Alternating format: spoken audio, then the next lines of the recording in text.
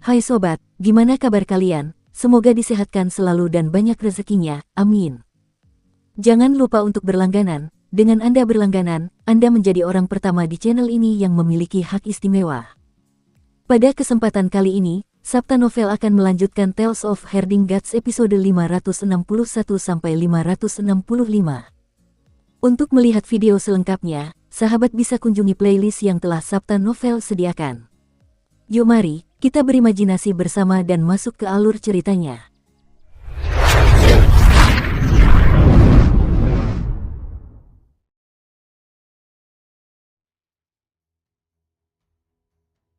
Guru Kekaisaran Perdamaian Abadi mengerutkan kening dan melihat ke medan perang. Ada banyak sekali kunang-kunang yang merupakan pembawa pesan kematian yang membawa lentera. Perahu-perahu itu membawa jiwa-jiwa yang telah tewas dalam pertempuran menuju Yudu. Jika mereka tidak membiarkan pembawa pesan kematian membawa Kinmu pergi dan mencoba melawan, pembawa pesan kematian yang banyak itu mungkin akan mengubah surga kaisar tertinggi menjadi tanah putih. Dia menatap Kinmu dan bergumam pada dirinya sendiri dengan ragu. Aku sudah 2 kali ke Yudu. Pertama kali aku dibujuk oleh Raja Iblis Dutian. Akulah yang menyelamatkanmu dan mengirimmu kembali ke dunia orang hidup, kata sesepuh dari balik lentera. Terkejut, Kinmu menoleh. Namun, ia masih tidak bisa melihat wajah pria itu. Kali kedua, Grandmaster, Fatih Dragon, White Bat Brothers, dan aku jatuh ke Yudu bersama-sama, dan kami selamat lagi. Kinmu menenangkan diri dan berjalan keluar dari kapal terbang. Ia datang ke perahu kecil dan berbalik untuk melambaikan tangan kepada semua orang. Ia berkata sambil tersenyum hangat, Yudu tidak seberbahaya yang kalian bayangkan. Aku akan berbicara tentang sebab dan akibat dari kembalinya 48.000 jiwa, dan aku akan kembali setelah semuanya selesai. Naga Kilin membuka mulutnya, ingin berbicara, tetapi dia memikirkannya dan menahan keinginannya. Guru Sekte bersikap bodoh. Bagaimana Yudu tidak berbahaya? Ada monster aneh di mana-mana, dan bahkan ada Saturn Star Sovereign, monster yang menakutkan itu. Namun, posisiku sekarang juga dalam bahaya. Aku terlihat buruk di hadapan saudara Tiger sebagai perbandingan, jadi sebaiknya aku tidak berbicara.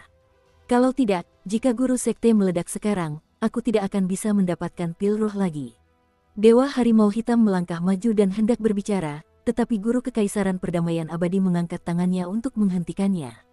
Dia menggelengkan kepalanya dan berkata, apakah Master Sekte ingin meninggalkan tubuh jasmaninya? Hati Kinmu sedikit tergerak, dan dia langsung mengerti apa yang ingin dikatakan orang lain, pengajar kerajaan ingin dia meninggalkan tubuh jasmaninya. Jika Kinmu tidak bisa kembali, mereka bisa menggunakan pemandu jiwa untuk merebut kembali jiwanya dengan paksa. Guru kerajaan tidak perlu khawatir. Kinmu mencabut naga muda itu dari telinganya dan mengusirnya sebelum melambaikan tangan kepada semua orang. Lebih aman bagiku untuk membawa tubuh jasmaniku. Aku akan meminjam naga kecil ini begitu aku kembali dari Yudu. Guru Kekaisaran Perdamaian Abadi sedikit tertegun, tidak mengerti maksudnya. Sementara dia bertanya-tanya tentang hal itu, perahu kecil itu berlayar santai dan menghilang ke dalam kegelapan. Naga muda itu terbang kembali ke kapal dan berlari ke Kinyu untuk melingkari tubuhnya. Kenapa Master Sekte tidak meninggalkan tubuh jasmaninya? Bingung, Guru Kekaisaran Perdamaian Abadi terus bergumam pelan. Jika beberapa dewa mengeksekusi mantra pemandu jiwa secara bersamaan, kita seharusnya bisa memanggil jiwanya kembali dari Yudu. Kinmu berdiri di atas perahu kecil dan melihat sekeliling. Ia melihat perahu-perahu yang penuh dengan jiwa dalam kegelapan, semuanya berlayar menuju kedalaman Yudu. Lentera mereka sangat redup, dan dari jauh, mereka tampak seperti bintang-bintang yang bergerak melalui langit hitam pekat. Raja Yama pernah mengatakan kepada Kinmu untuk pergi ke Yudu setidaknya sekali jika ia mendapat kesempatan. Itulah sebabnya ia menolak saran dari Imperial Preceptor. Raja Yama tidak jelas dalam kata-katanya, tetapi Kinmu masih bisa merasakan bahwa kelahirannya di Yudu tidaklah mudah. Pemanggilan Earthcount adalah kesempatan langka, jadi dia bahkan mungkin menemukan rahasia kelahirannya. Perahu kecil itu melayang dengan kecepatan yang sangat tinggi, tetapi ia tak bisa merasakan gerakannya saat duduk di dalamnya. Ia hanya bisa melihat dunia yang redup berlalu begitu saja. Hati Kinmu bergetar. Ia telah menaiki perahu di surga kaisar tertinggi, dan ia bisa melihatnya menghilang di kejauhan. Saat berada di perahu, ia melihat banyak dunia lain. Dari dunia yang megah, perahu-perahu kecil dengan lentera berlayar tanpa henti. Melihat dari jauh, langit gelap di dunia-dunia itu dan cahaya lampu yang redup membawa pikiran-pikiran liar dan penuh khayalan. Ia tak dapat menahan diri untuk berfantasi tentang dunia-dunia itu, kisah-kisah yang terbentang di sana dalam skala yang luar biasa.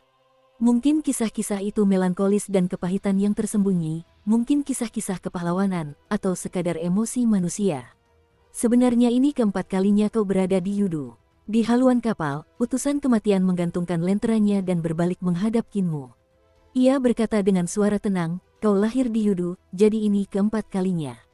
Minat Kinmu muncul dan dia bertanya, senior, saya tidak ingat kapan saya dilahirkan, jadi bolehkah saya bertanya apakah senior bisa menceritakannya kepada saya? Saat kau lahir, kau membuat kegaduhan dan mengguncang seluruh dunia di Yudu. Pada akhirnya, sebagian besar petinggi sepakat untuk mengasingkanmu. Kinmu mengamati wajah tetua itu dengan teliti, tetapi dia tetap tidak dapat melihat wujud aslinya. Jadi, kau diasingkan. Mengenai apa yang terjadi setelahnya, aku tidak tahu, kata utusan kematian itu perlahan. Kinmu tercengang dan tertawa terbahak-bahak. Saat aku lahir, aku masih bayi kecil, jadi bagaimana mungkin aku bisa membuat keributan besar? Dan bagi para petinggi Yudu untuk mengasingkan seorang bayi, bukankah itu terlalu berlebihan? Sudah sangat murah hati, kata utusan kematian itu dengan mantap. Di mataku, kami mengasingkanmu setelah semua yang kau lakukan sudah sangat murah hati. Setelah kau pergi, para petinggi itu begitu bahagia hingga mereka merayakannya berhari-hari. Apa sebenarnya yang kulakukan? Kinmu semakin bingung. Apa yang bisa dilakukan bayi? Utusan kematian itu tidak menjawab. Perahu kecil itu berlayar ke sebuah dunia dan melewatinya. Setelah beberapa saat, mereka tiba di sebuah dunia kecil di dalamnya. Kinmu mendongak dan memandangi matahari, bulan, dan 5 elemen, serta bintang-bintang di langit yang luar biasa indah. Mereka bersinar dengan cahaya warna-warni. Ada juga jembatan ilahi di langit dengan roh purba berbentuk dewa. Ini adalah harta karun suci seorang praktisi kuat dari alam jembatan ilahi. Kinmu tercengang. Kita telah memasuki harta karun suci seorang praktisi kuat. Utusan kematian mengeluarkan sebuah buku catatan dan membukanya. Ia menemukan sebuah nama dan berkata, Hanzen, umurmu sudah berakhir. Aku akan menjemputmu setelah 3 hari, selesaikan apa yang perlu kau lakukan. Roh primordial di jembatan itu menatap ke bawah dengan tatapan sayu. Aku mengerti. Terima kasih, utusan maut, karena telah memberiku waktu 3 hari. Utusan kematian itu mengangguk. Perahu kecilnya berlayar keluar dari dunia kecil dan kembali ke Yudu. Ia terus melaju. Begitu seseorang lahir, mereka membuat perjanjian dengan Earthkaun agar jiwa mereka pergi ke Yudu setelah masa hidup mereka habis. Utusan kematian yang akan memberitahu Anda telah berencana untuk memasuki harta karun ilahi hidup dan mati Anda untuk memberitahu Anda tentang perintah Earthkaun, tetapi siapa yang tahu bahwa ia akan dihalangi oleh harta karun di tubuh Anda? Itulah sebabnya saya tidak punya pilihan lain selain pergi ke dunia orang hidup untuk menemukan Anda. Semakin lama masalah ini ditunda, semakin buruk bagi Anda. Merasa semakin bingung, Kinmu bertanya sambil tersenyum, aku berada di alam 6 arah, jadi harta karun ilahi kehidupan dan kematianku belum terbuka, jadi bagaimana mungkin utusan kematian bisa memasukinya? Bagimu, mungkin tertutup, tetapi bagi para pembawa pesan kematian, semuanya terbuka.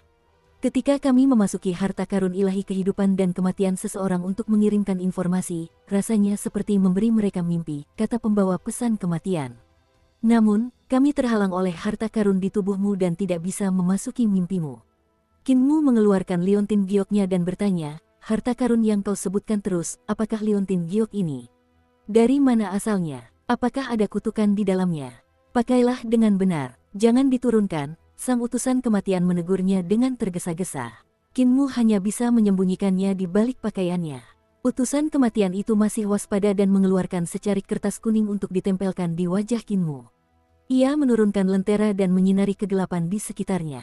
Teman Dao mana yang bersembunyi di sekitar sini? Kinmu menusuk 2 lubang di kertas kuning itu dan melihat sekeliling. Semuanya gelap, dan ia tidak bisa melihat apapun. Tiba-tiba, cahaya lentera jatuh pada sesosok tubuh berlendir. Tubuh itu bergerak cepat, dan sisik-sisiknya memantulkan segala macam cahaya yang segera lenyap. Utusan kematian itu bergumam ragu sejenak sebelum mencibir. Dia adalah seseorang yang ingin ditemui kaum bumi, jadi jangan coba-coba, kalau tidak, kau tidak akan mampu membayar kejahatanmu. Tawa pelan terdengar dari sekeliling perahu saat mata iblis aneh menyala. Mata itu besar dan mengelilingi seluruh perahu. Earthkaun ingin menemuinya, jadi kami tidak akan menghalangi. Lagi pula, kami juga tinggal di Yudu dan mencari tempat dengan nama Earthkaun. Namun, kami juga punya tuan dan telah menerima perintah untuk mencarinya. Suara-suara datang dari segala arah, diikuti tawa aneh. Suara-suara itu seperti cacing yang merayap di tubuh seseorang dan berbicara sambil menggerogoti tulang. Penguasa Setara Langit, Anda adalah Gubernur Jenderal Jimat Surgawi, seorang penguasa resmi Yudu, jadi kami seharusnya sedikit menghormati Anda. Namun, Anda menutupi wajahnya agar kami tidak melihat wajahnya dan mengetahui identitasnya. Jadi bagaimana kami akan menjawab tuan kami? Lepaskan jimat kuning itu dan kami akan membiarkan Anda membawanya pergi. Utusan kematian itu mencibir, dan mata itu tiba-tiba tertutup dan lenyap. Sebuah perahu berlayar mendekat. Di dalamnya ada seorang tetua yang membawa lentera yang menerangi sekelilingnya. Dalam kegelapan, banyak tubuh berlendir melata menjauh dari cahaya. Tatapan Kinmu berkedip, dan ia melihat semakin banyak perahu kecil berlayar ke arah mereka. Perahu-perahu itu tumpang tindih dengan perahu mereka, dan para pembawa pesan kematian pun melakukan hal yang sama. Dalam sekejap mata, sekitar 60-70 perahu dan pembawa pesan kematian tumpang tindih menjadi satu. Sekarang kita tidak perlu khawatir tentang mereka, katanya. Siapa yang menghentikan kita? Kinmu langsung bertanya. Dewa dan iblis yang ditanam oleh langit. Utusan kematian itu menggelengkan kepalanya. Sekelompok orang yang menuai apa yang tidak mereka tabur. Kinmu tenggelam dalam pikirannya saat perahu kecil itu terus berlayar. Akhirnya, ia melihat Earthbound sekali lagi. Tentu saja, itu bukan wujud lengkapnya, hanya tanduk 9 tikungan. Lapisan-lapisan dunia membentuknya. Semakin dekat perahu itu, semakin besar kedua tanduk itu tampak, membentuk daratan yang tak tertandingi luasnya. Gunung berapi yang tak terhitung jumlahnya meletus untuk menghubungkan daratan-daratan itu. Perahu kertas itu melintasi satu dunia, dan Kinmu melihat jiwa-jiwa yang tak terhitung jumlahnya bergerak dengan susah payah melalui dunia magma. Perahu itu berlayar dengan santai, dan ia tidak tahu berapa lama kemudian dan berapa banyak bidang tanduk Earthbound yang telah mereka lewati sebelum mereka berhenti. Tidak ada neraka yang mendebarkan di daratan itu, hanya gugusan istana megah. Perahu kecil itu turun dan berhenti di depan mereka. Aula istana itu memiliki nama dalam bahasa Yudu, dan Kinmu mengamatinya. Ia langsung tahu arti kata-kata di sana, kediaman Raja Suci yang baik hati setara dengan surga. Utusan itu memasuki aula dan berkata, ini rumahku. Tubuhmu terlalu kecil sehingga Earthbound tidak bisa menemuimu secara langsung. Tunggu sebentar, klon Earthbound akan datang dan menanyaimu. Sambil menunggu, Kinmu memeriksa mural-mural di Manor. Mural-mural tersebut menggambarkan berbagai mitos dan legenda. Tiba-tiba, magma mengalir keluar dari tengah aula, dan lantai berubah menjadi magma yang menggelegak. Magma berputar-putar, dan sepasang tanduk bengkok muncul, diikuti oleh seluruh tubuh Earthbound yang tingginya lebih dari 30 yard. Utusan kematian itu membungkuk dan mengeluarkan sebuah buku. Saya membawa Qin Fengqing. Semua kejahatan yang telah dilakukannya dicatat dalam buku ini, semoga Pangeran Bumi membacanya. Kinmu buru-buru mendekat dan melihat buku itu sangat tebal. Dia buru-buru berkata, aku tidak melakukan semua hal yang ada di buku itu. Aku baru berusia 18 tahun, jadi bagaimana mungkin aku melakukan begitu banyak hal buruk? Hitungan Bumi Magma mengambil buku itu dan membolak-baliknya untuk memeriksa. Cahaya ilahi bersinar di matanya saat dia berkata, hal-hal yang tercatat di sini bukanlah hal-hal yang telah kamu lakukan di dunia orang hidup, tetapi di Yudu. Apakah liontin giok yang kubuat untukmu masih ada? Aku bisa merasakan segelnya mengendur baru-baru ini. Mata Kinmu terbelalak tak percaya, dan hatinya bergetar. Liontin gioknya ternyata buatan Earthbound. Liontin gioknya seharusnya milik keluarga Qin dan dia telah memakainya sejak dia masih muda, jadi bagaimana mungkin itu dibuat oleh Earthbound? Apa hubungan antara keduanya? Apakah karena dia benar-benar telah melakukan begitu banyak kejahatan sehingga Earthbound menyegelnya dengan liontin giok? Akan tetapi, dia seharusnya masih bayi, jadi bagaimana mungkin dia bisa melakukan kejahatan? Dia tidak ingat apa-apa tentang itu. Lagi pula, di Eternal Peace dan Supreme Emperor Heaven, siapa yang tidak tahu bahwa Master Sekte Qin adalah sosok yang mulia, baik hati, dan berpikiran luas? Jadi, bagaimana mungkin dia pernah berbuat jahat sebelumnya? Segelnya seharusnya sudah longgar. Hitungan Bumi Magma terus membolak-balik buku. Dulu ada beberapa dewa dan iblis yang mencoba membuka segelnya, tetapi mereka tidak berhasil, namun, segelnya sepertinya sudah longgar dan hampir melepaskanmu. Tidak apa-apa, aku akan memperkuatnya nanti. Kecepatan penelusurannya sangat cepat, dan ia dengan cepat membaca semua kejahatan yang telah dilakukan Kinmu.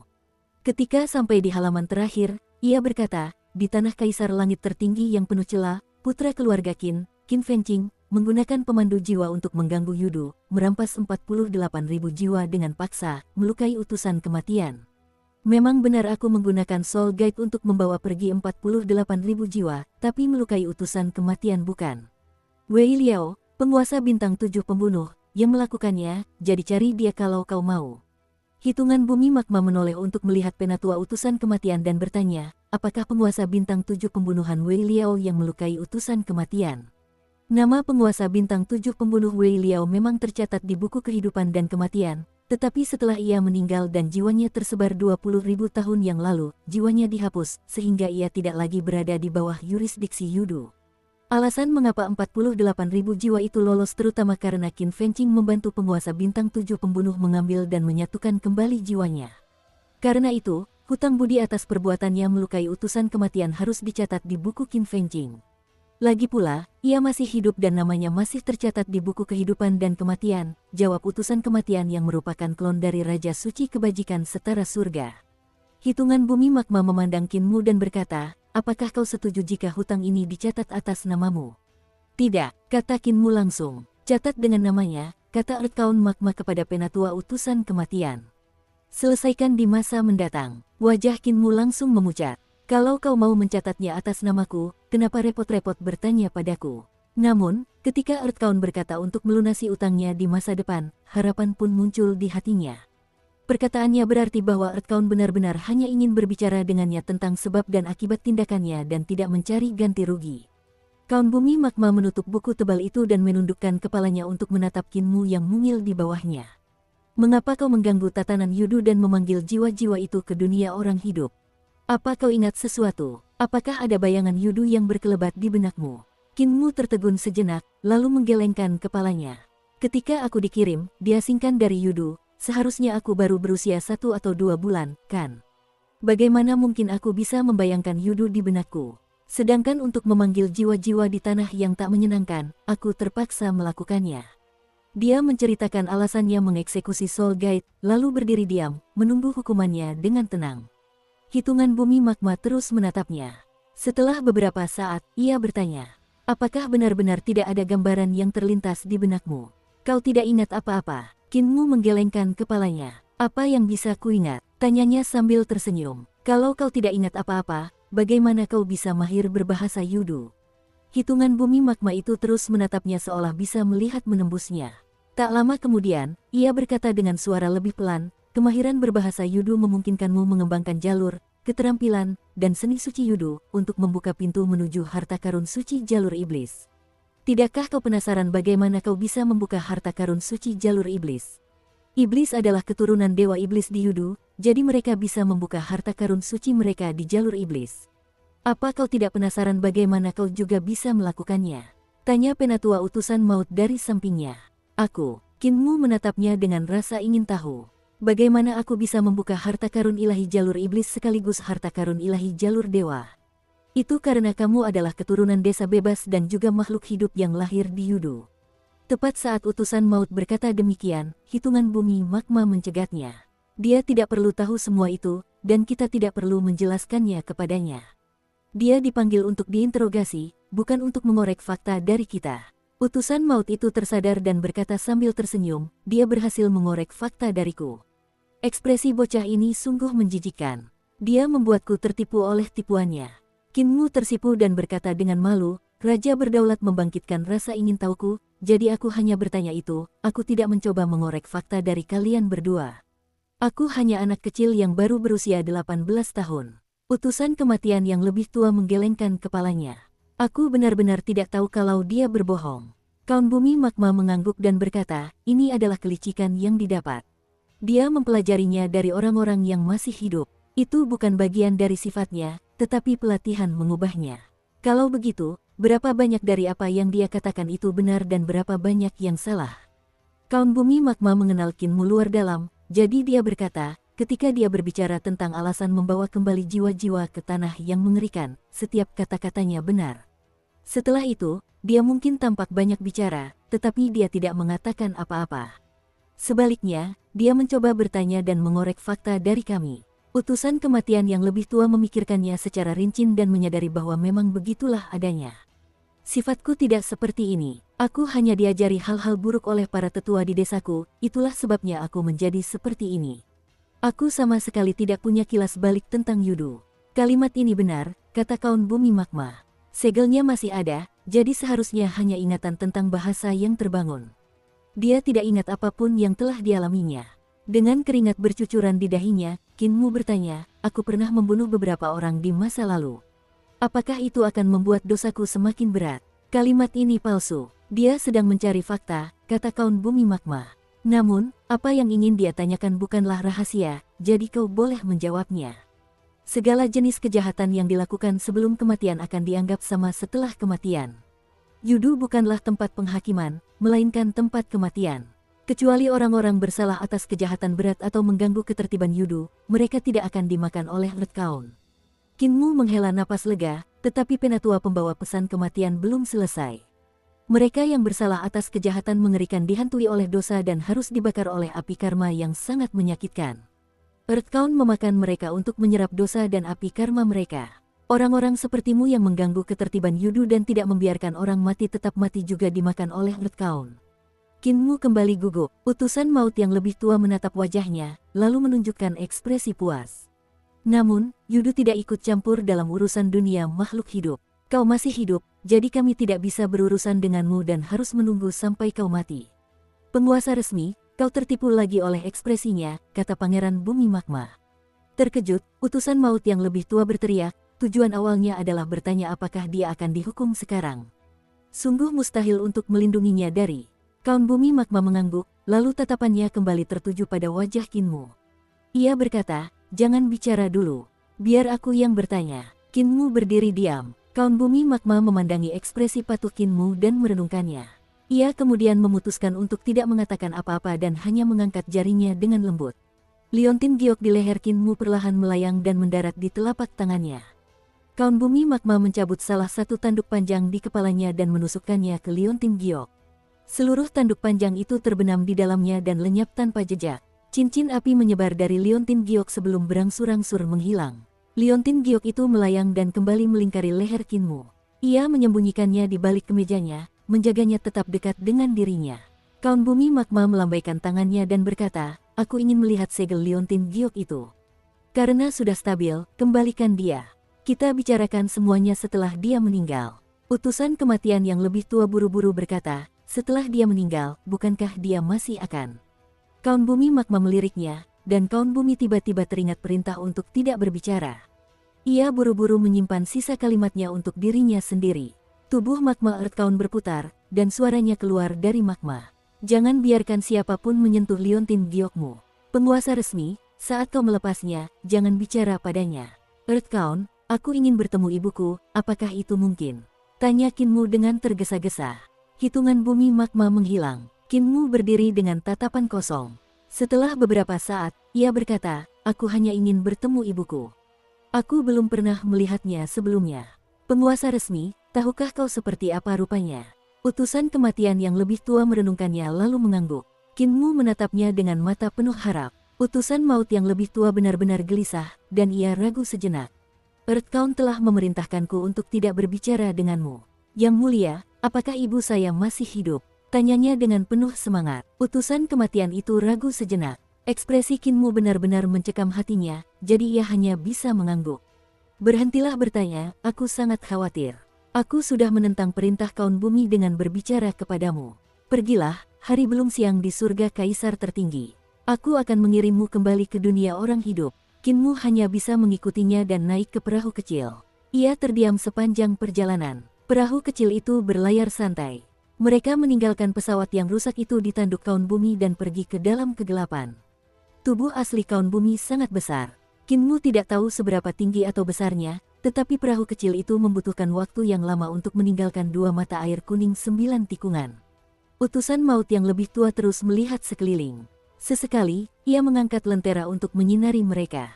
Tak lama kemudian, ia melemparkan jimat kuning kepada Kinmu dan berkata, orang-orang yang mencarimu tak akan menyia-nyiakan kesempatan ini. Tempelkan jimat kuning ini di wajahmu, dan tak seorang pun dewa atau iblis akan bisa melihat wajahmu. Apapun yang mereka lihat akan palsu, sama seperti penampilanku sekarang. Kinmu menempelkan jimat kuning itu ke wajahnya dan tidak bergerak. Mengapa kamu belum membuat lubang? Tanya penatua utusan kematian dengan rasa ingin tahu. Dengan lesu, Kinmu berkata dengan kesal, tidak tertarik. Anak kecil yang sedang mengamuk. Pada saat itu, perahu kecil itu berhenti. Utusan maut yang lebih tua segera berdiri dan mengangkat lenteranya sambil berkata dengan acuh tak acuh, kau masih belum menyerah. Semoga penguasa resmi memberi kita jalan keluar. Sebuah suara terdengar dari kegelapan, tetapi itu adalah hiruk-pikuk suara yang melebur menjadi satu. Kita hanya butuh wajah dan identitasnya di dunia orang hidup. Kita tidak menginginkan nyawanya sekarang. Kalian terlalu ikut campur, cepat mundur, atau jika tubuh asliku turun, kalian bisa melupakan status kalian sebagai hantu. Kata penatua utusan kematian dengan dingin. Di atas kapal, Kinmu diam-diam mengeluarkan buku kehidupan dan kematian yang diambilnya dari Dewa Dukun Kui dan menyinarinya ke dalam kegelapan. Tubuhnya menggigil ketika sebuah nama muncul di halaman itu. Hehehe, kamu masih saja membocorkan game itu, suara aneh dari kegelapan itu bergerak cepat menjauh. Utusan maut menoleh ke belakang, dan tatapannya tertuju pada kitab kehidupan dan kematian di tangan Kinmu. Ia menghela napas dan berkata, sekarang kau tahu identitas aslinya, tetapi dia juga tahu identitas aslimu. Yang kau gunakan adalah kitab kehidupan dan kematian dari surga, dan jumlahnya tidak banyak. Dia akan segera menemukanmu. Kau, jaga dirimu. Kinmu tertegun sejenak, lalu baru menyadari permainan apa yang baru saja ia mainkan. Buku kehidupan dan kematian Kinmu telah diambil dari Dewa Dukun Kui, dan mereka yang mengetahui bahwa buku itu ada di tangannya adalah Singan, Pangongso, serta para biksu iblis dari biara Tunder Celap. Dewa Dukun Kui seharusnya adalah pejabat surgawi atau pejabat duniawi, dewa yang mengatur jiwa. Tidak mungkin dia membuatnya sendiri, tetapi itu adalah hadiah darinya. Tidak diragukan lagi bahwa surga tidak akan memiliki banyak harta karun seperti itu, dan masing-masing akan memiliki pemilik. Karena itu, penatua utusan kematian yakin bahwa Kinmu akan dilacak dengan cukup cepat.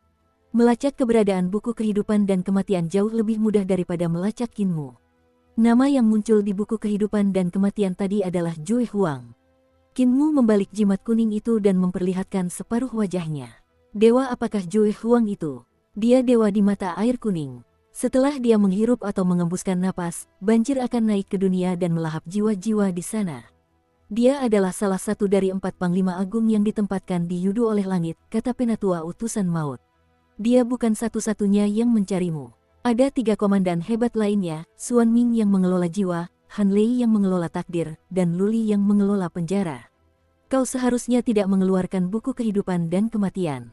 Dengan itu, tidak akan sulit bagi mereka untuk melacakmu. Kinmu menjadi serius. Setelah beberapa saat, dia mengerutkan kening dan berbicara dengan suara gelisah. Jika aku memberikan buku kehidupan dan kematian kepada Grandmaster atau Singan, memaksakan segalanya pada mereka, aku akan tetap tidak dikenal. Utusan maut yang lebih tua menatapnya. Kamu baru berusia 18 tahun, jadi kamu hanya bisa menyabotase anak muda seusiamu, 2 orang yang kamu sebutkan tidak cocok. Selain itu, setelah keempat panglima besar menuai jiwa siapapun yang kamu pilih untuk dilempar ke mereka, mereka akan mengetahui tipu muslihatmu, jadi tidak semudah yang kamu kira untuk menyabotase orang lain, bah. Untuk apa aku membantumu mencari ide-ide yang bengkok? Kinmu melepaskan jimat kuning itu, dan jimat itu menutupi wajahnya sekali lagi. Dia berkata sambil tersipu, tujuan yang adil menarik banyak dukungan, sementara tujuan yang tidak adil hanya mendapat sedikit dukungan. Penguasa resmi pasti menganggapku jujur, itulah sebabnya kau membagikan kebijaksanaanmu. Karena kita tidak dapat melakukan sabotase, bisakah keempat dewa meninggalkan Yudu dan memasuki surga kaisar tertinggi atau kedamaian abadi? Perahu kecil itu berlayar santai menuju surga kaisar tertinggi. Utusan maut meletakkan lenteranya di tiang dan duduk. Kemampuan mereka terlalu kuat, jadi tidak mudah bagi mereka untuk memasuki dunia lain. Namun, mereka akan menemukan cara untuk menangkapmu. Setelah kau berkultivasi ke alam hidup dan mati dan membuka harta karun suci, mereka bisa masuk melalui sana setelah menemukanmu. Kinmu menggigil, masuk dari harta karun ilahi kehidupan dan kematiannya. Bukankah semua praktisi seni suci di alam hidup dan mati berada dalam bahaya yang amat besar? Namun, Yudu punya aturannya sendiri. Memasuki harta karun ilahi hidup dan mati untuk merampas nyawa orang lain melanggar aturan Yudu, jadi mereka tidak akan bisa melakukannya dengan mudah. Utusan kematian yang lebih tua telah berbagi banyak informasi, jadi dia merasa sebaiknya dia mengatakan semuanya. Namun, meskipun tubuh asli mereka tidak dapat pergi, Mereka dapat mengirim murid-murid mereka ke surga kaisar tertinggi atau kedamaian abadi, atau mereka dapat menemukan orang lain untuk bertindak sebagai tangan mereka untuk membunuhmu.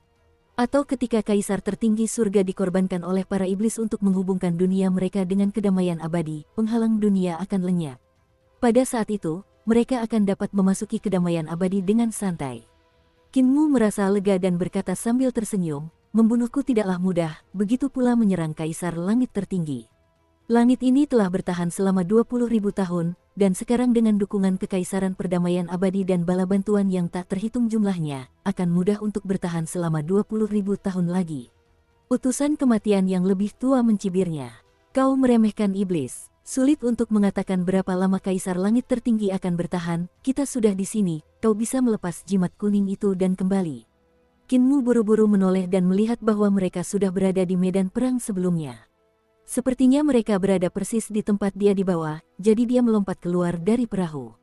Kembalikan jimat kuningku, teriak utusan maut yang lebih tua. Kinmu melarikan diri dengan jimat kuning di wajahnya seolah-olah dia adalah pencuri yang ketahuan. Brengsek, ketika utusan kematian melihatnya menjauh, dia tidak dapat menahan amarahnya. Dia hendak mengejar, tetapi tiba-tiba dia berhenti dan tertawa terbahak-bahak. Itu hanya jimat kuning. Aku akan memberikannya kepadanya agar dia tidak menimbulkan masalah. Perahu kecil itu berbalik dan menghilang dalam kegelapan. Kinmu menempuh jarak lebih dari 10 mil sebelum berani menoleh ke belakang. Baru ketika dia melihat utusan maut itu benar-benar tidak mengejarnya, dia menghela napas lega. Dia mencabut jimat kuning itu dari wajahnya dan memeriksanya sebelum menyimpannya. Jimat kuning ini bagus sekali. Bahkan dewa dan iblis pun takkan mengenaliku kalau kutempelkan di wajahku. Setidaknya aku mendapat beberapa hal baik dari perjalanan ke Yudu ini. Ia mengangkat kepalanya dan sedikit tertegun. Ia melihat kapal-kapal terbang berlayar menuju kota Li, dan jaraknya hanya beberapa ratus mil darinya. Tungku pil kapal terbang itu memancarkan cahaya yang kuat agar mereka tetap berada di udara. Saya sudah meninggalkan surga kaisar tertinggi cukup lama, sekitar 6 jam, setidaknya, jadi bagaimana kapal terbang itu hanya menempuh jarak beberapa ratus mil. Menurut kecepatan mereka, seharusnya ribuan mil. Sepertinya baru 15 menit berlalu. Kinmu berlari sekuat tenaga untuk mengejar. Pertama, ia mengejar pasukan yang bepergian di darat, dan tak lama kemudian, ia mengejar armada kapal terbang. Ia tiba di kapal utama. Guru Kekaisaran Perdamaian Abadi dan Dewa Harimau Hitam saling memandang dengan ngeri, begitu pula semua orang di sekitarnya. Mereka masih mendiskusikan bagaimana Kinmu diundang ke Yudu oleh utusan kematian, dan apa yang akan terjadi selanjutnya. Kinmu memilih saat itu untuk berlari keluar dari belakang mereka. Saya kembali. Sudah berapa lama saya pergi? Tanyanya sambil tersenyum. Tidak sampai sejam, Sang Hua tergagap karena terkejut. Kau sudah dibawa oleh utusan kematian dan kembali dari Yudu. Utusan kematian adalah penguasa resmi Yudu. Ia bahkan membawaku ke dunia lain dan menemukan seorang praktisi kuat alam jembatan ilahi bernama Han Zhen. Ia berkata bahwa ia akan menuai jiwanya setelah 3 hari. Ia kemudian membawaku ke Earthcount dan berbicara tentang sebab dan akibat dari tindakanku. Earthcount berkata bahwa ia akan berurusan denganku setelah aku mati, lalu mengusirku kembali. Dalam perjalanan, kami juga bertemu dengan beberapa dewa dan iblis yang ingin membawaku. Kinmu menceritakan semuanya, dan merasa aneh juga telah melakukan begitu banyak hal dalam waktu yang singkat. Akan memakan waktu 3 hingga 5 hari di dunia nyata untuk menyelesaikan semua itu. Di Yudu, waktu yang berlalu di dunia orang hidup pun jauh lebih singkat. Yudu bagaikan mimpi. Perjalananmu ke Yudu setara dengan mimpi.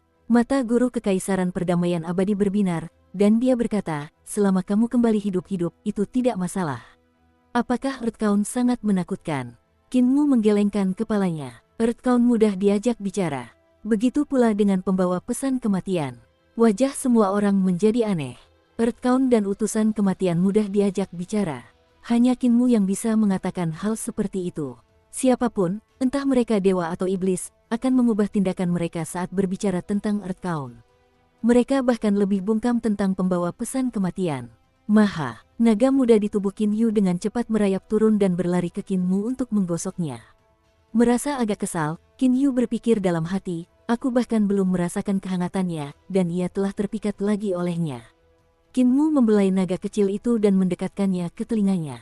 Kepalanya tertunduk sementara kumis naganya bergoyang di udara. Rasa cemburu berakar di hati Kinyu. Adik Kin, pinjamkan aku naga kecilmu untuk sementara waktu.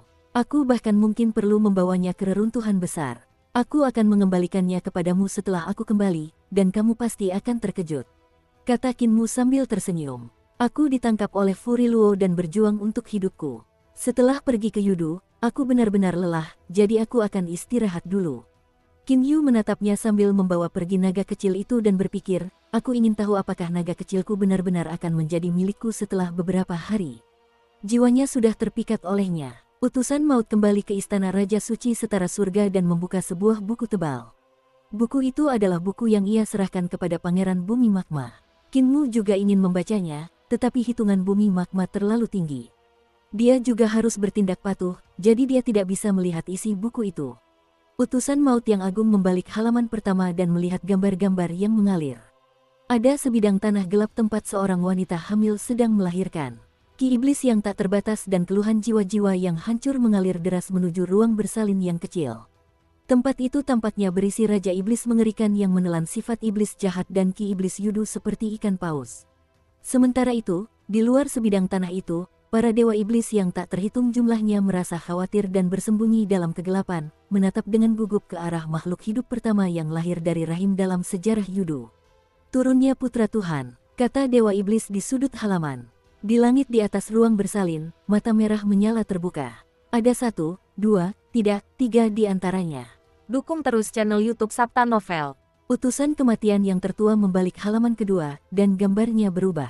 Seorang anak laki-laki gemuk besar melompat turun dari pelukan wanita itu, bentuk matanya yang 3 menarik perhatian utusan kematian itu. Anak laki-laki itu membuat kekacauan di tanah yang gelap, kedua tangannya yang gemuk memegang erat kedua dewa iblis yang datang untuk membunuhnya. Ketiga matanya terbuka, dan 3 sinar melesat keluar. Mereka menghanguskan tanah itu, membakar banyak monster hingga tak bernyawa. Semua hantu di sana, besar dan kecil, berlarian menyelamatkan diri. Bahkan Raja Hantu tidak menoleh ke belakang saat mereka keluar. Wajah mereka yang jahat dipenuhi teror, menciptakan pemandangan yang surrealis. Bayi itu mendekatkan dewa iblis ke mulutnya dan menggigit separuh kepalanya. Peristiwa itu berdarah-darah. Elder Messenger of Death menggelengkan kepalanya dan terus membaca. Halaman berikutnya adalah tentang bagaimana setelah bayi itu menelan banyak jiwa dan memakan 2 dewa iblis, ia menjadi sangat besar dan membuat takut semua orang yang melihat penampilannya yang ganas. Ia menghancurkan banyak tingkat neraka, membunuh semua dewa iblis yang mengejar ibunya dan anggota klannya. Ia membuat mereka semua mengompol dan melarikan diri untuk menyelamatkan diri. Namun, bayi itu tampaknya memiliki pikiran jahat yang tak tertandingi. Tidak masalah baginya apakah di hadapannya ada setan yang mengejar mereka atau hantu yang hanya tinggal di Yudu. Dia membunuh dan memakan mereka semua. Utusan maut yang agung melihat kepanikan dan ketakutan di wajah sang ibu. Ia tampak takut pada putranya sendiri, sifat jahatnya. Utusan maut yang agung membuka halaman berikutnya, dan di sana ada gambar lain bayi yang sedang membantai semua orang. Dalam gambar itu, ia berdiri di atas seekor naga iblis raksasa sambil membelah perutnya. Ketiga matanya memancarkan kilatan pembunuh. Namun pada akhir lukisan, ketika bayi itu selesai makan, ia berubah kembali ke bentuk kecil dan meminta ibunya untuk menggendongnya. Utusan kematian yang lebih tua membalik halaman demi halaman, mengamati hal-hal yang semakin sulit dilihat. Bayi itu menghancurkan gelombang demi gelombang dewa iblis yang mengejar mereka, dan pembantaian ini membuat para petinggi yang bersembunyi di Yudu khawatir. Mereka berperang melawan bayi itu dan bertempur dengannya hingga langit runtuh dan bumi terbelah. Menjelang akhir buku, bayi itu mengandalkan sifat jahat dan kekejamannya untuk menjadi salah satu kekuatan di Yudu. Suatu hari, ia tiba di perbatasan Yudu dan menggunakan mata merahnya yang besar untuk mengintip ke dunia orang hidup dengan tatapan penuh semangat. Di sisi lain, para petinggi Yudu sedang membicarakan sesuatu kepada Earthkaun. Sang ibu juga ada di sana, memohon kepada sang penguasa. Earthkaun mengambil pecahan batu giok dari sudut tanduknya dan mengolahnya menjadi liontin batu giok. Sang ibu menahan air matanya saat dia menempelkan segel pada liontin itu. Dia kemudian memanggil putranya dan mengalungkan liontin batu giok itu di lehernya. Sifat iblis dalam dirinya pun ditekan bersama sifat ketuhanannya. Tubuhnya kembali normal, berubah kembali menjadi bayi biasa, makhluk yang sangat mungil. Ia berbaring dengan kain bedongnya dan mengangkat tangan serta kakinya sambil menangis iaa. Ia lalu mengisap jari kakinya dengan sangat serius. Sang ibu menggendongnya dan menciumnya beberapa kali sebelum dengan enggan memasukkannya ke dalam keranjang. Seorang perempuan mengambilnya dan membawanya ke perahu kertas untuk ditinggalkan di kejauhan. Di bagian belakang, raja-raja hantu, hantu-hantu lain dalam berbagai ukuran, serta dewa-dewa iblis yang samar-samar terlihat menabuh genderang dan gong untuk merayakan kepergian bayi itu. Utusan kematian yang lebih tua membuka halaman terakhir yang berisi tentang Kinmu di tanah yang tidak menyenangkan. Dengan rambut panjangnya yang terurai di bahunya, dia membaca mantra dengan pedangnya terangkat dan membuka gerbang pengaruh surga untuk memanggil jiwa-jiwa dari dunia orang mati. Pada saat itu, liontin giok di lehernya telah melayang. 18 tahun, utusan maut yang lebih tua menutup buku itu dan menyembunyikannya dengan benar. Kemudian dia mengembuskan napas dalam-dalam. Sama sekali tidak mungkin untuk melihat seperti apa bocah ini sebelumnya. Aku sungguh berharap sifat iblisnya tidak akan pernah bangkit dan mengendalikannya lagi. Untungnya Earthbound menyegel dan mengasingkannya ke dunia orang hidup. Jika tidak, apa jadinya Yudu saat ini? Namun jika dia ditinggalkan di Yudu, dia mungkin tidak akan hidup sampai usia 18 tahun. Dia mungkin sudah dimakan oleh Earthbound sejak lama karena melakukan terlalu banyak kejahatan. Masih ada satu hal yang mencurigakan dari insiden Qin Fengqing, yaitu Kaun Bumi telah menyegelnya. Seharusnya, semua harta karun ilahinya telah disegel sehingga dia tidak akan bisa mengolah atau bahkan membuka harta karun ilahinya, apalagi menjadi praktisi seni ilahi. Utusan maut yang lebih tua mondar-mandir sambil memikirkan masalah itu. Dia hanya bisa hidup seperti manusia biasa sampai tubuhnya berhenti berfungsi, yang paling lama sekitar 100 tahun.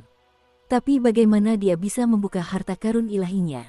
Kaun Bumi telah menyegel sifat iblis dan ingatan Kinmu, dan sifat kedewaannya pun ikut tersegel. Selama proses tersebut, suara Earthbound telah membentuk segel pada harta karun ilahi Kinmu. Itu adalah tindakan yang tidak disengaja, dan penekanan tersebut merupakan efek samping dari penyegelan sifat dewa dan sifat iblisnya. Segel itu tidak dimaksudkan untuk menjadi sesuatu yang menakutkan, tetapi malah menghalangi jalur kultivasinya. Ini juga berarti bahwa tidak ada sifat dewa atau iblis dalam tubuh Kinmu. Semua harta ilahinya, tidak peduli apakah mereka dewa atau iblis, disegel dan tidak akan pernah bisa dibuka. Dengan demikian mustahil baginya untuk berkultivasi dan meningkatkan dirinya sendiri. Setelah Kinmu pergi ke dunia orang hidup, dia seharusnya menjalani kehidupan seperti manusia normal dan menghabiskan hidupnya seperti biasa. Namun, harta karun ilahinya telah terbuka. Lebih buruk lagi, dia juga telah berkultivasi begitu cepat sehingga dia telah membuka harta karun ilahi 7 bintang dan bahkan menggabungkan 7 bintang dan 6 arah menjadi satu. Mula-mula dia membuka khazanah suci jalur ilahiyahnya sedangkan sekarang kecepatan kultivasi jalur iblisnya seakan-akan dia mendapat bantuan dewa. Itu sungguh aneh. Membuka harta karun ilahi embrio roh mengharuskan seseorang untuk mengandalkan kemampuan mereka. Tidak ada orang lain yang dapat membantu bahkan jika mereka mau, jadi dia hanya dapat mengandalkan dirinya sendiri. Namun, segel pada harta karun ilahinya 100 kali lebih keras daripada milik orang biasa. Ini karena jika dia mencoba menghancurkan dinding embrio roh, dia akan mengaktifkan segel Earthbound, dan bahasa Dewa 9 surga milik Earthbound akan datang dari atas. Dan jika dia mencoba membuka harta karun ilahi embrio roh dari jalur iblis, dia akan menghadapi bahasa iblis Yudu milik Earthbound. Utusan maut yang lebih tua tidak bisa memikirkan penjelasan apapun. Ia tidak maha tahu dan maha kuasa, dan ia juga tidak bisa kembali ke malam ketika Kinmu telah menyerap darah keempat roh. Dia tidak tahu bahwa pada malam itu, ada seorang lelaki tua yang anggota tubuhnya terputus sedang duduk di samping api unggun di desa lansia cacat dan berbicara kepada penduduk desa yang jahat di sekitarnya. Dugaanku adalah Muir memiliki jenis konstitusi lain, yang menggabungkan kekuatan dari 4 konstitusi besar, tubuh penguasa. Katanya saat itu, dengan kalimat itu lahirlah sebuah legenda, yang mengubah yang tidak mungkin menjadi mungkin. Penduduk desa lansia cacat menemukan lebih banyak darah dari keempat roh, berusaha sekuat tenaga agar Kinmu meminumnya sebanyak mungkin. Pemuda itu juga bekerja lebih keras karena ia memiliki keyakinan tak terkalahkan di dalam hatinya. Dia adalah tubuh penguasa, tubuh roh yang terkuat. Kalau dia tidak bisa membuka harta karun sucinya, itu pasti karena dia tidak bekerja cukup keras dan tidak pantas mendapat gelar tubuh penguasa. Dan seperti itu, segel Earthbound semakin menipis karena usahanya, dan dia mempelajari bahasa iblis dan dewa. Dia kemudian menggunakan momen ketika bahasa dewa, iblis, dan Buddha bersilangan untuk membuka harta karun ilahi embrio rohnya. Sejak saat itu masa depannya menjadi cerah. Segel Earthbound masih ada di sana, dan sifat iblis dan dewanya masih tersegel. Namun, keyakinan yang lebih kuat untuk tumbuh yang mengalir keluar dari tubuh mungil itu adalah sesuatu yang tidak akan pernah diharapkan oleh Earthbound dan orang-orang penting lainnya di Yudu. Kisah legenda itu bermula dari kebohongan putih seorang tetua yang berpenampilan seperti batang manusia dan berbaring di samping api unggun malam itu. Selain itu, ada juga kejadian aneh saat dia diasingkan dari Yudu dan ditinggalkan di reruntuhan besar. Apa yang terjadi saat itu? Utusan kematian yang lebih tua memejamkan matanya, lalu membukanya setelah beberapa saat dan mengeluarkan buku kehidupan dan kematian milik Yudu. Apa yang terjadi pasti ada hubungannya. Aku harus mencari wanita yang telah membawanya kembali dan bertanya kepadanya tentang apa yang terjadi. Jika dia masih hidup, aku dapat menemukannya dengan buku kehidupan dan kematian, dan jika dia telah meninggal, jiwanya seharusnya telah kembali ke Yudu. Dia membolak-balik buku kehidupan dan kematian Yudu, dan ekspresinya perlahan menjadi muram. Nama wanita itu sudah dihapus dari buku kehidupan dan kematian. Ini berarti ada dua kemungkinan. Pertama, jiwanya mungkin telah tersebar, seperti halnya Seven Kills Star Sovereign. Ketika jiwa tidak ada lagi, nama mereka akan secara otomatis menghilang dari buku kehidupan dan kematian. Kedua, jiwanya telah mendarat di Fengdu atau tempat lain yang mirip dengan Yudu. Apa sebenarnya yang dia alami? Utusan kematian yang lebih tua menghela napas dan menutup buku kehidupan dan kematian. Tubuhnya bergetar, dan dia memisahkan beberapa orang dari dirinya. Mereka masing-masing naik ke perahu untuk pergi. Sekarang, penguasa kecil Yudu jauh lebih manis daripada sebelumnya. Aku lebih suka bocah nakal bernama Kinmu ini dan tidak ingin melihat Qin Fengqing lagi. Namun, segelnya sudah terlepas sekali, dan surga juga sedang mencarinya. Jika segelnya rusak di masa mendatang dan Kinmu berubah kembali menjadi Qin Fengqing, aku khawatir Yudu akan berada dalam bahaya. Di kota Li, Kinmu membuka matanya dengan linglung, wajahnya basah. Naga kecil Kinyu berbaring di wajahnya dan menjilati pipinya. Kinmu menjepit ekor makhluk kecil itu dan mengangkatnya. Naga kecil itu mengangkat kepalanya dan naik ke lengannya. Ia naik ke bahunya dan menggantung di telinganya. Kinmu mengambil seember air untuk mencuci mukanya, dan naga kecil itu juga mengambil kesempatan untuk membenamkan mukanya ke dalam air. Ia menyesapnya dan meludahkannya untuk bermain-main. Kinmu keluar dari kabin dan meregangkan punggungnya. Dia telah tidur di kapal sepanjang malam. Hu Ling'er, Ling Yuxiu, Si Yun Xiang, dan Sang Hua telah bangun pagi-pagi dan sedang memasak. Begitu melihatnya bangun, mereka menyambutnya. Peti itu berderak dan bergesekan dengan kaki Kinmu. Peti itu terbuka dan memperlihatkan tulang-tulang yang telah dikumpulkannya. Naga kilin menggigit sebuah baskom besar dan berjalan mendekat. Ia mengibaskan ekornya dan meletakkan baskom itu di kaki Kinmu. Naga gendut, bukankah kau menyembunyikan beberapa tungku pil roh di dalam peti ini? Kinmu mengeluarkan celemek dan pergi membantu gadis-gadis itu memasak. Dia berkata sambil tersenyum, biar aku saja. Guru sekte bahkan tahu cara memasak. Sang Hua bertanya dengan heran. Ketua sekte adalah ahli dalam memasak hidangan yang ia buat lezat.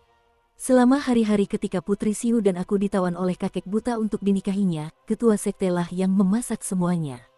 Aku bahkan ketagihan dengan makanannya dan ingin menikahinya secara nyata. Si Yuanxing menjelaskan dengan nada gembira. Mata Ling Yuxiu berbinar. Aku juga kecanduan dan bahkan berharap kakek buta bisa mencoba memaksa kita menikah sekali lagi. Kita tunggu saja sampai gembala sapi datang untuk menyajikan makanan lezat. Kinmu menerima sendok sayur, dan hatinya bergerak sedikit, mengubah ki vitalnya menjadi api.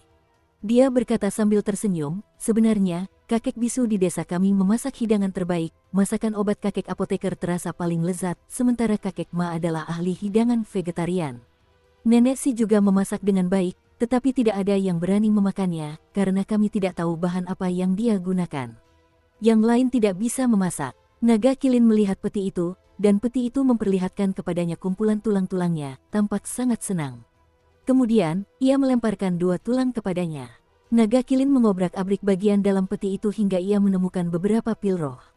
Dewa harimau hitam berjalan mendekat, suaranya menggelegar bagaikan guntur. Naga gendut, berhenti makan, aku akan membawamu berlatih. Waktu terbaik untuk berlatih adalah tepat setelah bangun pagi. Kau mengajariku banyak hal, jadi aku juga akan mengajarimu. Aku akan membantumu menghilangkan lemak berlebih di tubuhmu. Adik junior, aku akan meminjam lemakmu. Kakak senior, silakan saja, kata Kinmu buru-buru. Naga kilin berusaha menghabiskan semua pil roh dalam baskomnya dalam sekali telan, tetapi sebelum ia sempat memasukkan semuanya ke dalam mulutnya, Dewa Harimau Hitam mencengkeram ekornya dan menyeretnya pergi. Mangkukku, teriakan naga kilin bergema keras di udara. Aku bahkan belum menjilatnya sampai bersih.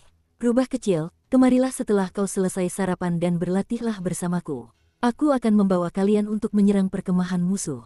Teriak harimau hitam dari jauh. Hulinger menjawab, lalu harimau hitam itu menarik ekor naga kilin. Setelah Kinmu selesai memasak, ia melepas celemeknya. Ia duduk bersama para gadis di depan meja makan, sementara Hulinger menyendok bubur untuk mereka sebelum duduk juga. Naga kecil di telinga Kinmu diam-diam merentangkan cakarnya dan dengan cepat meraih sepotong daging kerang goreng sebelum mundur.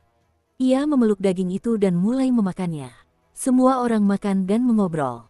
Ling Yuxiu dan Si Yunxiang juga pernah pergi ke Fengdu sebelumnya dan mempelajari beberapa teknik dan seni ilahi dari para dewa dan setan di sana. Namun, teknik dan seni ilahi yang mereka kembangkan belum lengkap, dan para dewa dan setan Fengdu hanya bisa mengajar. Mereka masih harus memahaminya sendiri. Namun, warisan kaisar tertinggi surga sudah lengkap, dan kami telah mempelajari banyak hal baik selama beberapa hari ini saat kami berada di sini. Dengan Imperial Preceptor yang menjaga garis pertempuran, tidak akan ada pertempuran besar setelah kemenangan ini untuk sementara waktu. Kita dapat mengambil kesempatan ini untuk belajar dari para saudari senior Kaisar Langit Tertinggi sebelum bertukar pukulan dengan para saudari senior ras iblis. Ada cukup banyak murid dari Sekte Iblis Surgawi kita yang datang ke sini. Saudari Sanghua juga mengatakan dia ingin pergi ke Akademi Suci Surgawi untuk belajar selama beberapa waktu, kata Si Yuanxiang. Kinmu merenungkannya sejenak. Kita mungkin bisa mendirikan cabang Akademi Saint Surgawi di sini dan mengundang para dewa, iblis, dan praktisi alam pengantin ilahi yang terkenal dari Kaisar Tertinggi Surga untuk memberikan ceramah. Orang-orang dari Kaisar Tertinggi Surga juga bisa pergi ke Akademi Saint Surgawi untuk berkultivasi selama beberapa waktu. Dengan cara ini, kita bisa berinteraksi lebih sering dan tidak menghambat situasi pertempuran. Mereka makan dan mengobrol di meja makan. Setelah Hulinger selesai makan, dia bergegas keluar untuk berlatih dengan Dewa Harimau Hitam dan Naga Kilin. Kinmu dan para gadis tetap tinggal untuk mencuci piring. Ketika Yu He naik ke kapal, dia tidak dapat menahan rasa herannya ketika melihat Kinmu sedang mencuci piring. Dengan ekspresi aneh, dia berkata dengan ragu-ragu, "Ketua Sekte, beberapa pengintai iblis berkeliaran di medan perang. Saya ingin membawa Sanghua dan yang lainnya untuk perang gerilya dan bertemu dengan mereka." Kinmu mengangguk dan berkata sambil tersenyum, "Kalian lanjutkan saja, aku akan mencuci piring." Si Yunxiang segera berlari setelah menarik Ling Yuxiu dan Sanghua bersamanya. Dari kejauhan, suara Yu He terdengar berbisik, "Bukankah tidak pantas membiarkan ketua sekte mencuci piring? Bagaimana dia bisa melakukan hal sepele seperti itu sebagai seorang ketua sekte?" Si Yunxiang tersenyum padanya. "Sekte suci surgawi kita kurang ajar seperti ini. Kita tidak punya banyak aturan." Yu He menenangkan diri dan berkata sambil tersenyum, "Pemimpin sekte pernah berkata bahwa sekte Santo Surgawi kita unggul dalam jalan yang benar, dan setelah melihat tindakannya saat ia menjadi panutan, akhirnya aku mengerti bahwa bukan suatu kebetulan jika Santo Surgawi kita unggul dalam jalan yang benar." Ini, Si Yunxiang membelalakkan matanya, tidak tahu harus berkata apa. Setelah Kinmu selesai membersihkan, peti itu kembali berdentang ke arahnya. Peti itu terbuka dan memperlihatkan tulang-tulang yang telah dikumpulkannya. Kinmu tidak tahu apakah harus tertawa atau menangis. Dia mengeluarkan beberapa senjata roh dari ras iblis dan menaruhnya di dalamnya. "Selama perjalanan ini, aku membunuh banyak ahli iblis dan mengambil senjata roh mereka. Kau harus mulai mengumpulkannya daripada hanya fokus pada tulang." Peti itu membuang senjata roh, memilih untuk terus mengumpulkan tulang. Kinmu menggelengkan kepalanya dan mengeluarkan sarang naga asli. Dia mencabut naga kecil dari telinganya dan berkata sambil tersenyum, "Teman Dao kecil, kamu terus menggangguku karena barang yang ingin kamu lihat adalah ini." Mata naga kecil itu berbinar-binar, lalu ia berteriak maha-maha tanpa henti. Kinmu tertawa dan membawa naga kecil itu ke sarang naga sebenarnya. Manusia dan naga itu mendarat di dalamnya, dan Kinmu melepaskan makhluk kecil itu. Naga kecil itu segera terbang berputar-putar di sekitar sarang, sangat gembira. Kinmu mengeluarkan cakram kaisar dan melemparkannya ke langit. Cakram kaisar berubah menjadi Raja Naga sejati dan menjadi cocok dengan sarangnya. Seketika, ki naga yang luas dan tak terbatas menyebar, dan tulisan-tulisan ras naga yang tak terhitung jumlahnya muncul. Naga kecil itu terbang ke sana kemari untuk membaca semuanya. Teriakannya yang bagai maha-maha berubah menjadi bahasa naga yang sulit dipahami. Dia memahami tulisan-tulisan di sarang naga yang sebenarnya. Garis keturunan naga kecil itu sangat murni karena ia adalah putra Raja Naga Sungai yang bergelombang. Kinmu memanggilnya teman Dao kecil, tetapi usianya yang sebenarnya lebih dari 20.000 tahun. Hanya saja ia telah dibekukan dalam manik-manik naga oleh Raja Naga Sungai yang bergelombang sehingga ia tidak akan pernah bisa tumbuh. Bahasa naga yang keluar dari mulutnya menjadi semakin samar. Dia adalah putra Raja Naga, dan garis keturunannya bahkan lebih tinggi daripada Bai Qingfu dan Bai Kuer yang pernah ditemui Qin Mu 40.000 tahun yang lalu ketika dia melakukan perjalanan kembali ke era Kaisar Tinggi. Sambil mendengarkan, dia dapat memahami lebih banyak bahasa naga. Qin Mu hanya berdiri dan mendengarkan auman naga sambil mengerahkan ki vitalnya untuk memeriksa teknik naga sejati yang telah dipelajarinya sebelumnya. Pemahamannya pun menjadi semakin baik. Naga kecil itu terbang naik turun berkali-kali. Sulit untuk mengatakan berapa lama telah berlalu ketika ia akhirnya menguraikan semua tulisan itu. Ia kemudian tiba-tiba mendarat di tanah, dan tubuhnya bergetar, berubah menjadi seorang pemuda. Ia memiliki penampilan yang tampan dan sikap yang agung. Ia tampak sedikit mirip dengan Qin Yu, dan ia membungkuk dengan rasa terima kasih. Terima kasih banyak kepada Master Sekte Qin karena telah menganugerahkan teknik dan bantuan bagi saya untuk membangkitkan kecerdasan saya. Qin Mu membalas sapaannya dan berkata sambil tersenyum, aku sudah membantumu mempelajari teknik sarang naga sejati, jadi tak perlu berterima kasih. Bolehkah aku bertanya bagaimana aku harus memanggil teman Dao kecil? Keluargaku menggunakan nama Jiang sebagai nama keluarga, dan ibuku menganugerahkan nama Miao kepadaku, jadi aku dipanggil Jiang Miao, jawabnya. Meskipun aku telah menguraikan tulisan-tulisan di sarang naga sejati sekali, aku masih generasi kedua dan garis keturunanku tidak cukup murni. Kita akan membutuhkan naga suci untuk menguraikannya agar kita bisa mendapatkan teknik penguasa naga sejati yang lengkap. Qin Mu mengerutkan kening, tidak ada naga sejati di surga kaisar tertinggi yang telah menjadi dewa. Di mana kita bisa menemukan naga suci? Ada naga suci di reruntuhan besar. Saat mengikuti Qin Yu, aku mendengar panggilannya dari waktu ke waktu. Semangat Qin Mu sangat terangsang, dan dia berkata sambil tersenyum, kalau begitu, ayo kita menuju reruntuhan besar. Di dalam bahtera paramita yang rusak di reruntuhan besar, bongkahan tanah yang luas mengapung dalam segel yang besar. Tiba-tiba, terdengar suara gemuruh panjang saat jembatan dewa menerobos udara. Roh primordial Xing'an melintasinya dan terbang ke istana surgawi di tepi seberang. Aku keluar. Xing'an mengambil kembali roh primordialnya dan bangkit. Ia berteriak dengan tegas, kau bisu, kemarilah. Kau sudah menggangguku berkali-kali. Sekarang setelah aku menyeberangi jembatan suci, keluarlah dan matilah. Mati, mati, mati, gemanya kembali bergema. Si bisu telah lama pergi. Wajah Xing'an berubah hitam, dan dia berlari keluar dengan langkah lebar. Pada saat ini, tubuhnya sedikit gemetar. Dalam harta karun ilahi hidup dan mati miliknya, mata iblis Luli muncul sekali lagi, dan suaranya yang menyeramkan terdengar. Orang yang kamu cari memiliki buku hidup dan mati yang dulunya milik Dewa Dukun Kui. Temukan orang itu. Mata iblis Luli lenyap. Xing'an berdiri tak bergerak di udara dengan tatapan tercengang. Dokter Agung Qin, jadi itu kamu? Xing'an putus asa, dan hatinya gelisah. Jadi itu kamu, aku sudah mempercayaimu berkali-kali, dan tidak sekalipun aku menduga kamu akan lebih buruk dari si bisu itu kamu. Aku ingin melihat trik apa yang bisa kamu mainkan kali ini. Qin Mu membawa naga kecil Jiang Miao keluar melalui jembatan pergeseran saling energi roh dan melihat sekeliling. Ia tak kuasa menahan rasa takjub yang membuncah di dalam dirinya. Jembatan spirit energi mutual shift milik Great Ruins berada tepat di tengahnya, dan ada dua jalan beraspal yang masing-masing berjarak 100 yard di kedua sisi altar pengorbanan. Sementara itu, di sekitar jembatan spirit energi mutual shift terdapat kuil-kuil kuno, tempat suci, dan istana-istana suci seperti kota yang 2 kali lebih besar dari border Dragon City. Orang-orang datang dan pergi, membuat tempat itu cukup ramai. Kuil-kuil dan reruntuhan semuanya telah dipindahkan dari tempat lain di reruntuhan besar untuk mempertahankan diri dari kegelapan. Ada juga banyak patung batu yang disembah dengan aliran dupa yang tak ada habisnya. Banyak desa telah menetap di kota dan tidak perlu lagi berjuang untuk hidup sehari-hari. Mereka menjadi pedagang yang menghubungkan Middle Earth dan West Earth. Sekolah dasar dan perguruan tinggi juga didirikan untuk mengajarkan teknik dan seni ilahi. Hanya saja mereka tidak memiliki tanah suci seperti 4 akademi besar atau Imperial College. Ada juga reruntuhan besar di luar kota tempat binatang-binatang aneh di dekatnya bersembunyi dari kegelapan. Semuanya sangat bijaksana. Di kota ini, bangunan baru dan lama tampak tidak teratur dan indah, saling melengkapi dengan indah. Qin Mu hanya melihatnya sekilas, dan dia sudah tahu bahwa orang yang merencanakan kota itu memiliki budaya yang cukup tinggi, memiliki pengembangan diri, dan memiliki bakat dalam perencanaan kota. Kekaguman terhadap keindahan juga telah mencapai tingkat yang sangat tinggi. cabang-cabang baru dari pohon tua, menciptakan kontras antara yang lama dan yang baru. Memang tidak buruk, mungkin karena saya telah melihat terlalu banyak bangunan yang bengkok di surga kaisar tertinggi sehingga saya merasa jauh lebih betah di reruntuhan besar. Peti itu keluar dari jembatan pergeseran saling energi roh di belakangnya, dan Qin Mu menggelengkan kepalanya.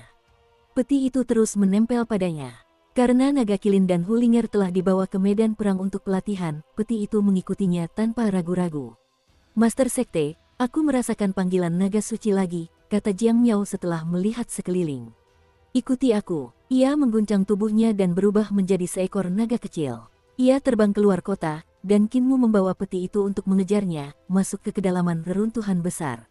Meskipun Guru Kekaisaran Perdamaian Abadi telah menyelesaikan pembangunan 2 jalan yang menghubungkan bumi barat, reruntuhan besar, dan perdamaian abadi, masih terdapat daratan luas tak berujung yang penduduknya sangat sedikit. Semua tempat itu sangat misterius.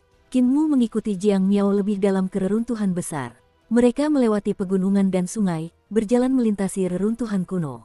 Ketika malam tiba, ia membiarkan Jiang Miao berbaring di peti sementara ia berjalan menembus kegelapan.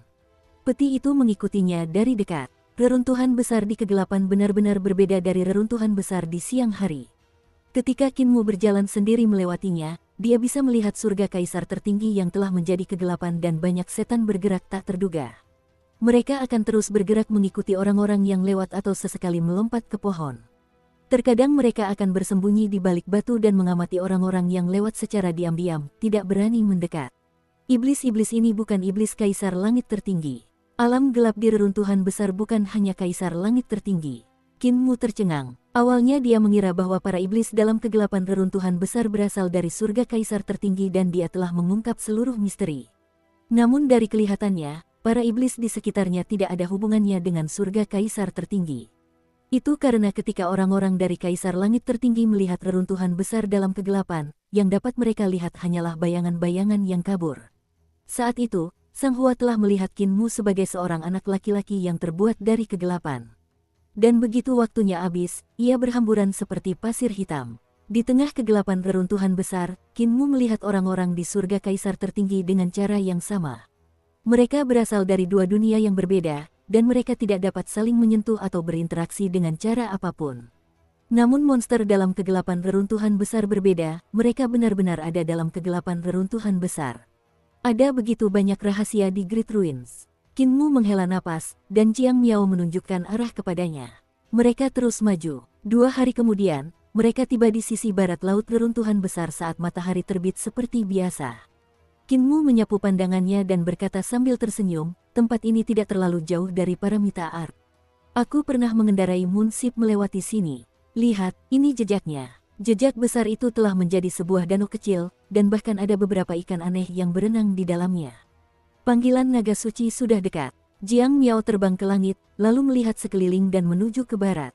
Qin Mu buru-buru menyusulnya, dan mereka tiba di sebuah ngarai.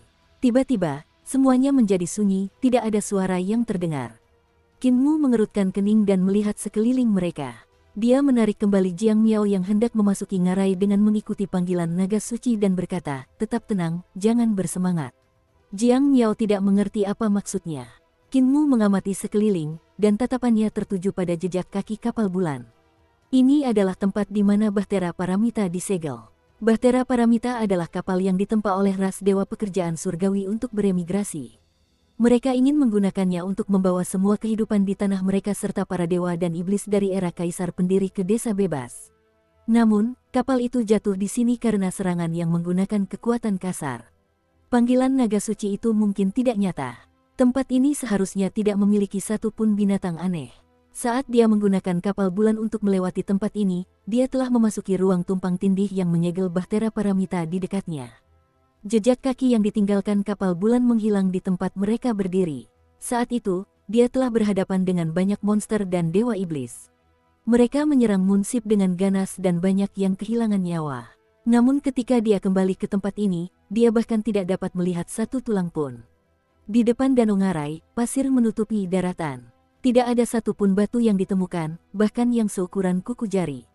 Ada tulisan-tulisan besar yang menutupi dinding di kedua sisi, tetapi tulisan-tulisan itu bukan dalam bahasa manusia. Alih-alih berbentuk persegi, tulisan-tulisan itu tampak seperti huruf-huruf rumit. Kinmu tidak memasuki ngarai, tetapi berdiri di luar sambil mengamati rune di dinding. Itu semacam tulisan dewa yang digunakan untuk menyegel. Dia mengeksekusi teknik alam 10.000 roh, dan pusaran angin kecil muncul di ngarai saat dia mencoba mengangkat raksasa bukit pasir. Namun, pasirnya mengalir dan semuanya kembali normal. Mustahil. Teknik alam 10.000 roh dapat mencerahkan semua makhluk, memberi mereka roh, jadi mengapa tidak bisa mencerahkan pasir dan batu di sini? Ia berjongkok dan meraih segenggam pasir kuning. Tiba-tiba ia mengerang sambil mengangkat tangannya dengan susah payah. Jiang Miao bingung dan mencoba mengangkat segenggam pasir kuning itu juga. Setiap butir pasir kuning itu beratnya tak tertandingi, setara dengan berat sebuah gunung. Kinmu merentangkan jari-jarinya, dan pasir halus menetes ke bawah. Ketika menghantam tanah, pasir itu mengeluarkan suara gemuruh yang keras seperti guntur. Ini bukan pasir, tapi senjata roh. Satu butir pasir tertinggal di telapak tangan Kinmu, dan dia meniupnya dengan ki vitalnya. Seketika pasir itu terbang dan berputar, berubah menjadi batu pasir dengan radius puluhan bidang. Saat terbang di langit, suara udara yang pecah memekakkan telinga. Ketika ki vital dari nafas Kinmu akhirnya habis, batu pasir itu menyusut dan jatuh seperti sebutir pasir. Jiang Miao melompat kaget dan menatap pasir kuning di ngarai. Butiran pasir itu terlalu banyak untuk dihitung, mungkin jumlahnya mencapai miliaran. Jika setiap butir pasir sebesar yang dibawa Kinmu, seberapa besarkah beratnya? Tulisan-tulisan dewa di kedua sisi ngarai adalah segel untuk menahan kekuatan pasir. Begitu kita masuk, segel dan formasi akan aktif. Kinmu membuka mata dewanya dan menatap langit. Tiba-tiba ia mengembuskan napas, dan kabut langsung menyebar di langit. Hujan mulai turun perlahan. Namun, air hujan itu tidak sampai ke ngarai. Sebaliknya, air hujan itu terhalang oleh penghalang tak terlihat. Air hujan membentuk kubus-kubus di langit.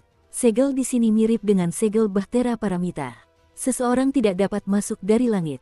Dia terbang dan melihat ke kedalaman ngarai, sedikit mengernyit. Ngarai itu panjangnya lebih dari 10 mil. Namun tiba-tiba menghilang setelah jarak itu. Seolah-olah terputus. Bagian belakang ngarai harus disembunyikan. Kinmu mulai gelisah. Jika kakek buta ada di sini, dia bisa mencoba memecahkan masalah ini, tetapi dengan kemampuanku, akan terlalu sulit untuk menghadapi formasi penyegel dan pembunuh tingkat dewa ini. Sangat berbahaya. Jiang Miao, ayo kembali. Kita tidak bisa masuk ke sini. Jiang Miao menunjukkan ekspresi kecewa. Namun, kemampuannya jauh lebih rendah daripada Kinmu. Jika Kinmu mengatakan mereka tidak bisa turun tangan, dia juga tidak bisa berbuat apa-apa. Tiba-tiba, Kinmu sedikit tertegun di saat berikutnya. Di depan danau, dia melihat ruang terbuka, memperlihatkan sebuah pintu. Langit dan bumi terbelah. Langit masih baik-baik saja karena orang tidak bisa melihat kelainan apapun jika tidak melihat lebih dekat. Namun, bumi terus bergetar, dan potongan-potongan tanah muncul entah dari mana, menjauhkan diri dari pintu. Dalam sekejap, mereka berada 100 mil jauhnya. Selanjutnya, Kinmu melihat sosok yang dikenalnya berjalan keluar pintu. Begitu muncul, ia langsung tahu ada yang tidak beres dan berbalik untuk melarikan diri bersama Jiang Miao dan peti itu. Namun, langit dan bumi kembali tumpang tindih dan membawa mereka ke pintu. Master Sekte Agung Qin, kata sosok yang familiar itu dengan suara familiar yang mengandung sedikit rasa takjub sekaligus gembira. Dunia ini sungguh sempit, kau bahkan membawa seekor naga dan dadaku. Jangan berbalik, teruslah membelakangiku. Kinmu merasakan niat membunuh yang datang dari orang di belakangnya, dan senyum di wajahnya membeku. Kakak senior Singan sudah menemukan sumber liontin giok itu, kan? Aku tidak berbohong padamu, kan? Kau tidak berbohong padaku. Aku memang menemukan banyak reruntuhan dengan jejak liontin giok itu. Singan mengeluarkan cermin yang diberikan Luli padanya. Dengan punggungnya menempel pada Kinmu, dia mengangkat cermin itu dan berkata dengan acuh tak acuh, kau tidak berbohong, tetapi kau sengaja memancingku ke sana dan menyuruh seorang bisu nakal menjebakku di sana selama setengah tahun. Jika aku tidak menjadi dewa dan membuat si bisu itu tahu bahwa dia dalam masalah, siapa yang tahu berapa lama aku akan terperangkap di sana? Buku hidup dan mati ada di tanganmu, kan? Kinmu membeku di tempat karena auranya, tetapi hatinya bergetar hebat. Tanpa mengubah ekspresinya, dia berkata, buku kehidupan dan kematian direbut oleh seorang pemuda.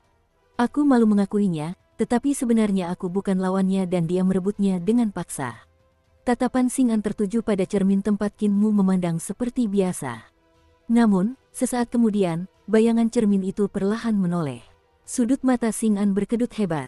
Ia melihat pemuda di cermin itu berubah, dan mata iblis yang dipenuhi sifat iblis dan keinginan untuk menghancurkan muncul di dahi Kinmu. Mata iblis ini perlahan terbuka sambil mencengkeram jiwanya. Tangan Xing'an gemetar, dan cermin itu tiba-tiba pecah. Xing'an buru-buru menoleh ke belakang, tetapi punggung Kinmu masih menghadapnya, dia belum menoleh. Namun, Kinmu di cermin jelas-jelas menoleh ke belakang. Pikirannya berpacu, dan auranya bergetar. Kinmu memanfaatkan kesempatan ini untuk meraih peti dan naga kecil itu, lalu bergegas masuk ke ngarai.